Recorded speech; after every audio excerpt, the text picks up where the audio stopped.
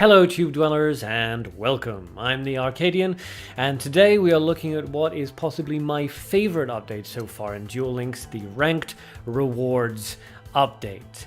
We will also be taking a look at the two new structure decks that have been released today, and some little tweaks and changes that new players can make for cheap that will make them significantly more viable in PvP. So let's get started. Roll intro.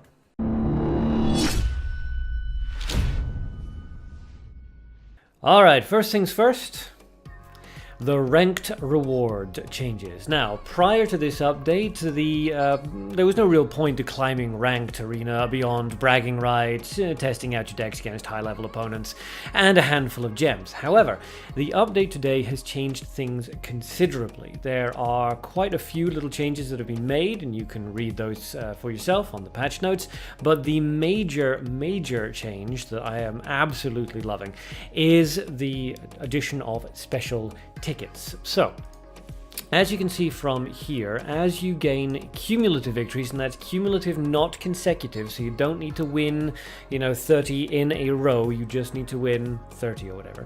As you can see, you'll gradually earn gold, gems, and also tickets. At 2 victories, for example, you can see that you'll earn a normal ticket.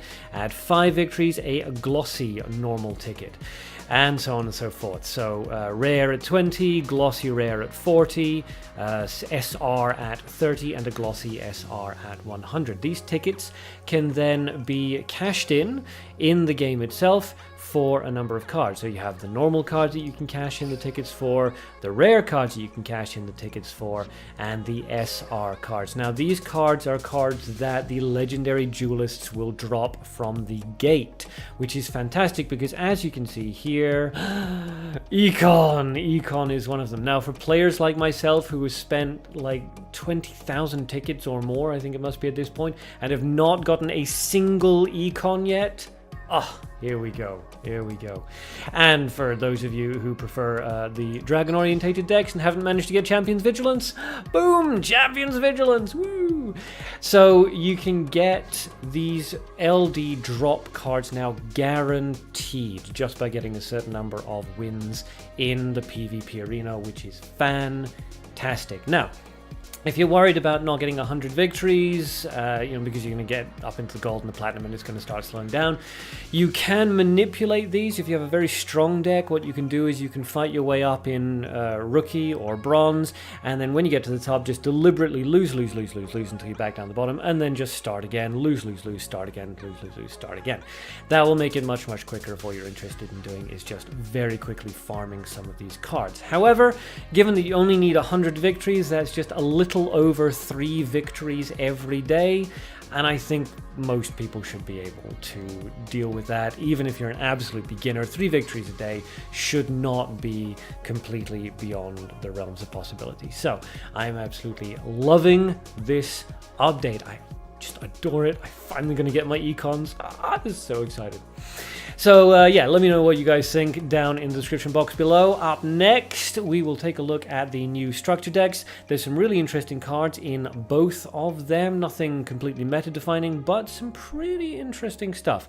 The decks themselves, though, do not try to run them in PvP. You will just get absolutely stumped. So let's open up the first of the structure decks and take a look at some of the tweaks that you can make to just pop it up a little bit. Give yourself a fighting chance. Moving on. Okay, fight number 1 against the Paradox Brothers, who are, of course, going to be running 3-star demotion. So glad that nerf is coming out soon. So let's see if they open up with something aggressive. Okay, judging by our hand, they are going to open up aggressive, but judging by our hand, we don't even need to worry about it, thanks to Dragon's Rebirth, White Dragon, and our little Thunder, or Hunter Dragon rather, in our hand there. So we play the Hunter Dragon, he goes down onto the field, we follow that up with a Dragon's Rebirth, and just in case, we'll drop a Tyrant's Wing and end our turn. But the combo here that we're looking at is the Hunter Dragon into Dragon's Rebirth into Blue Eyes White Dragon. That's going to enable us to bring out something that should rival any of his 7-star cards in terms of sheer attack power. The only thing we really need to worry about is Mirror Wall, and a lot of these 3-star demotion decks don't run that. So we activate the Dragon's Rebirth, target our Hunter Dragon and replace it with the Blue Eyes White Dragon, ignoring the Tyrant Wing. We don't need that right now, since we're going to have a higher attack value than him by a wide margin. So, down goes the Blue Eyes. He has to recalculate. There's nothing he can really do, so he'll have to end his turn, and he does. We skip over the Tyrant Wing. We don't need it. Another Blue Eyes White Dragon, no big deal. So we'll drop the Hieratic Dragon just to give ourselves some extra attack. Now we could run the Tyrant Wing here, kill the main guy, and then strike again for the kill, but I prefer to keep it just as a just-in-case kind of maneuver, in case he does pack something in there that we need to be worried about. But so far it looks like he doesn't. We kill his 7-star, and we land what I assume is a finishing blow. Yes, it is, with our Hieratic Dragon. A complete stomping of the 3-star demotion thanks to that Dragon Rebirth. One hell of a card. Okay, on to the Yugi deck. Okay, Sorcerer's Alliance deck. Oh hey, I'm Yugi versus Seto Kaiba. This is nice. Flip the coin, we go second.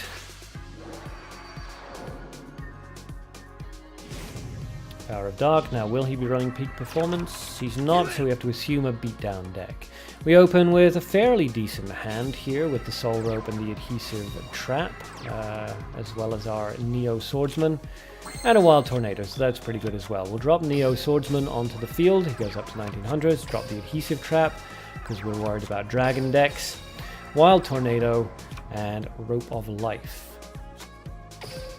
Now, it's a Kaiba deck. It looks like he's running beatdown, so we're going to assume, yes, it's a dragon deck. He's going to be trying to bring out his big creatures early on, so we need to make sure that we're ready to intercept those. Fortunately, we have our Adhesion Trap Hole, so we're ready if he does manage to bring out a Blue Eyes White Dragon.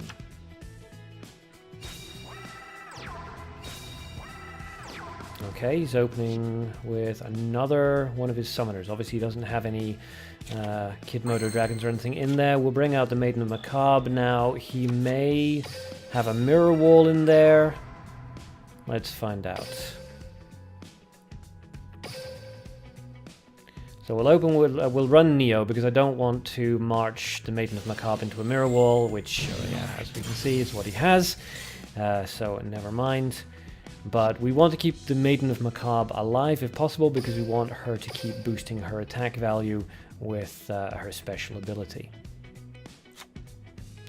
Now we do have the Soul Rope as well, so if the Maiden of Macabre does go down, we can bring her right back out again with the Soul Rope and supercharge her. Okay, so here comes Kaiba Man. That's going to be tributed into the Blue Eyes Dragon we saw him pick up earlier.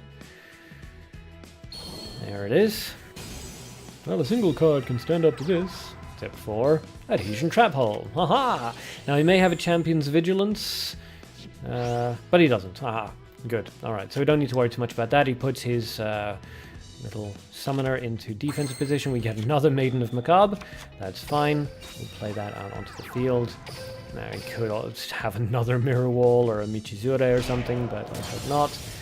Looks like not. Oh, good. The Macabre Maidens managed to charge themselves up to 2100 each, which is fantastic, and he's going to string his Blue Summoner in there as well.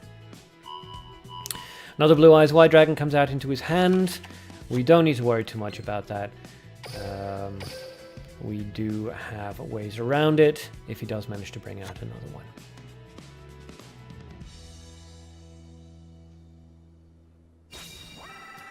Okay, he's bringing out his 1700. I guess he's just kind of throwing it out there just to throw it out there, but he may have a plan in mind.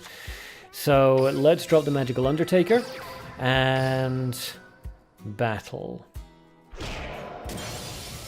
He could have a Sphere Kurobo, could have an Econ, could have something. No, he's deciding to just take the damage. Okay, he may have something in mind, or he may just find that he doesn't have the tributes that he needs in his hand right now.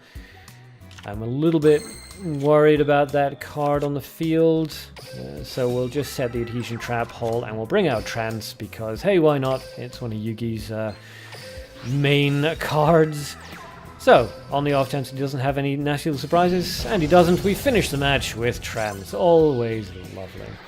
Trance, of course, being extremely powerful, one tribute card. I do love it.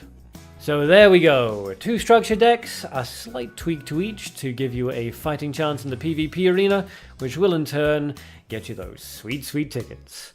Enjoy those econs and CVs, I know I will be. So that's it for this video. As always, thanks for watching. Please feel free to smash those like and subscribe buttons and ring the bell down below if you want notification of when these videos go up. Until next time, I'll see you guys in the next episode.